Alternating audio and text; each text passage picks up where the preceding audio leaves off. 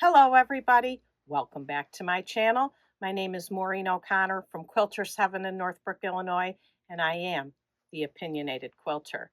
Today's episode, number 174, is destash, descrap. But before we get to that, I would first like to ask all of you to send in any episode suggestions to my email address, quiltersheaveninc@gmail.com. I'm always looking for good ideas, and I would appreciate it if you would send me any you have. This actually is one that was sent in to me. I believe I understood the question to be lining up sashing, and I understood it to mean that there were no cornerstones. I'm showing you this example here. This is for baby Liam, who's going to come into the world in November. A friend of my daughter, Selena's, is having a baby. And I made this for him. Still have to quilt it and bind it, but at least it's pieced. I used Riley Blake's Winnie the Pooh fabric, and I love this pattern. Works up so fast, but it does use cornerstones. And I always encourage people to use cornerstones because it keeps these lined up. What happens sometimes when this is a solid piece through here, these don't line up right. And I think that's what my viewer was asking me. I have an example ready to stitch up to show you on the table. Now you may recognize these blocks from last week. I had said that they were not pieced well enough, and I did them, but they just don't meet muster to me. So I decided to use them for this demonstration. These blocks you would not use for sashing because they're designed to have this go through. So I'm just using this as an example, and then it's going in the dog bed stuffing pile. Some dog will love this. Some dog will love this. So how do you get these now to line up here? You have to mark them, at least in my opinion. So the first thing that I do is I take a ruler and a marking tool,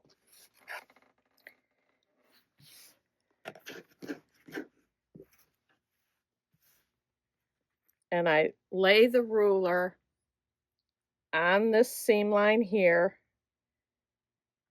and I put a little mark here. Now this is one of the heat erase pens, but sometimes they don't always erase so great, so I'm doing it so that'll be in the 1/4 inch seam allowance if it doesn't quite come off all the way. Then I come up here, line up here, and make another little mark. Then I take what I'm going to attach it to. I have to take the pins out. They're just there so I have them. And I line up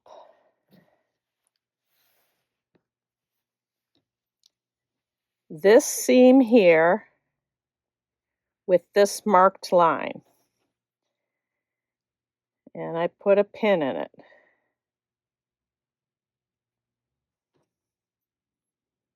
And then I do the same on the other side. Seam line on the mark. Now we're going to just break real quick here. I'm going to go over to the sewing machine. I'm going to sew this and we'll see how I did. I didn't press it, but it looks really good. If I line my ruler up, they do go straight above, so I would be happy with this. Obviously, you'd have to do this all the way across the whole quilt, how many ever blocks you had, but that's the way you would get these to line up. I prefer using cornerstones. You get to use another fabric, and you don't have to worry about this pinning lining up. You just line up your cornerstones. Let's get to the episode. Destash, descrap.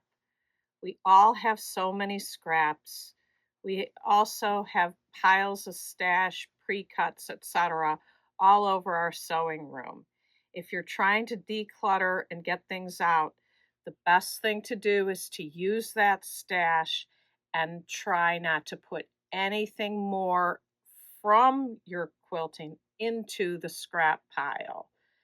And that's what I did with this quilt behind me. So you can start with a planned quilt or from your stash, yardage, or pre-cuts, whatever you want to start with. I started with stash that was partially from me and partially from donations, but it was all this cave fabric. And I paired it with this thatched, it's spruce color from Moda, and made this quilt sort of as a planned quilt, but it was really to use up stuff that was already in the store. So this is my alternating squares pattern, and we will have links to both of these two patterns here in the description. This started it, and I said, I don't want to put anything left over from this into my scrap pile. Well, 6 quilts later, 6 total, I finally can say I met my objective. Let me show you the progression. So your first quilt is the starter. That's your biggest pieces that you cut. And then once you finish that quilt, you've got a pile of scraps or unused pieces. So then we make a second quilt, which would use leftover pieces from the first quilt, and just it's made up of smaller pieces of fabric. Now, sometimes you need to add other things in to have enough to make a successful quilt. And I'm going to show you that in another example when we finish this one. And once you finish your second quilt, your third quilt, well, is it your last? Technically, that's what I strive for. But in this example, we got caught up with cleaning and organizing the store, the fabric, getting rid of things we didn't want. And we found a whole lot more fabric that went with this cave stuff. Even if it wasn't cave, it was things that blended well, looked nice with it. So I wanted to use it. So I used a lot in the what became the second, third, fourth, and fifth quilt. This is the first quilt I made after the real first one. And this just used leftover blocks, and then I put the little squares in one of the borders. But this was not going to be the end, because that's then when we found all the additional fabrics. So then I'm just going to show you the block. I don't really want to try to open up both of these quilts. They're just too big. But if you can see that block there, it's a 4-patch in the center, and then alternating. One has a frame on the outside of a print, and the other has the frame. The other has the frame of the print outside of the more solid. And I count these two as one quilt because they're all the same block. I just said I'm not putting anything into the scrap heap, so I'm making as many blocks as I make. So I kept making blocks and kept making blocks, and I was really enjoying it, by the way. And so I ended up with too many blocks for one quilt. It was just going to be too ginormous. So I did one that I did on point, and then I did this one that I did in vertical columns, where I just shifted the, I should hold it up this way. You can see it better this way. I just shifted, here's where one block ends, and this one's in the middle. So it just is a different layout, but to me, I count this as one quilt because they're the same block.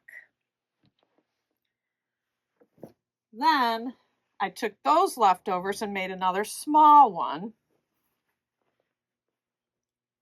I had said that we cleaned up and found things. Well, this is a different block from a different quilt, but it worked with that center square here that you should recognize from the last quilt. That was the only block I had left from making those two big quilts. So I put that in the center of the other two blocks that I found, and lots of little squares around it. And then I pieced these little squares up here and put them in to try to use what I could use. And I got this quilt. Oops.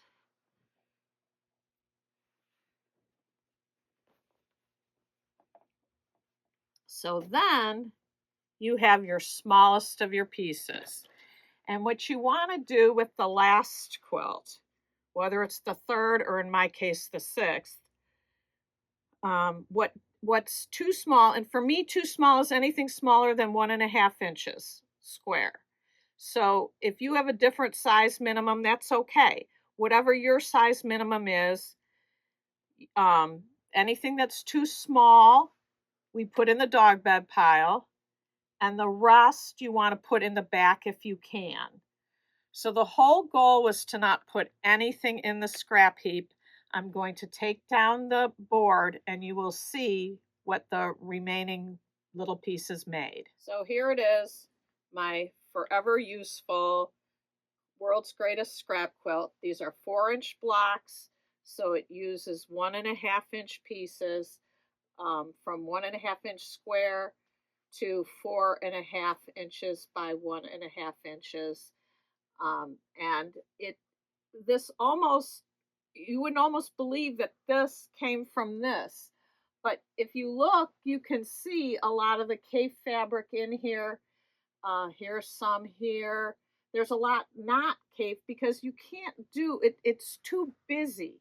You have to have places for your eyes to rest. You need the reads like solids and the looks like solids here. But I used everything that I had from this quilt on down to what we added for the two kind of middle quilts into this, and I didn't put anything back into the scrap heap. I have a couple of bigger pieces, but that's going to go into the back. So if you don't want to add to your scrap heap, keep sewing until they're used or too small and end up in the dog bed pile. Now I have another example to show you that we used stash from the store rather than a planned quilt. In this example, I started with this quilt here, and I just took pieces and cut them into 4.5-inch strips, and then cut them into 4.5-inch squares, and then 6.5-inch pieces, 8.5-inch pieces, and 10.5-inch pieces. Laid them out into a pleasing arrangement in columns, put this sashing in between, and that was my quilt. Now, I have all these leftover pieces, and the reason I use 4.5 is because the numbers work. With the World's Greatest Scrap Quilt, the biggest piece is 4.5. So any leftover scrap from this quilt then can be cut into 4.5-inch pieces. So my second quilt, rather than keep this exact same theme going, I took all the black and whites and I just went into the scrap pile and found a few little pops of color to throw in. And I made this one, which is 4.5-inch squares, 2.5-inch pieces, and some 2.5-inch squares. And I thought I used some that were 1.5 by 4.5, but maybe that was a different quilt. The numbers just really work out well when you start with 4.5, because then you've got 4, 2, and 1. They all work. So this is my quilt number 2. Now, I didn't count about the colors here because I just grabbed little pieces. My goal was not to use every piece of this orange and the purple. I just took what I needed, and that's okay. For me, the idea is if I add stuff, that's okay. But I don't want to take anything from here and put it back into the scrap heap, if that makes any sense whatsoever. So then I have my last quilt, which can you all guess?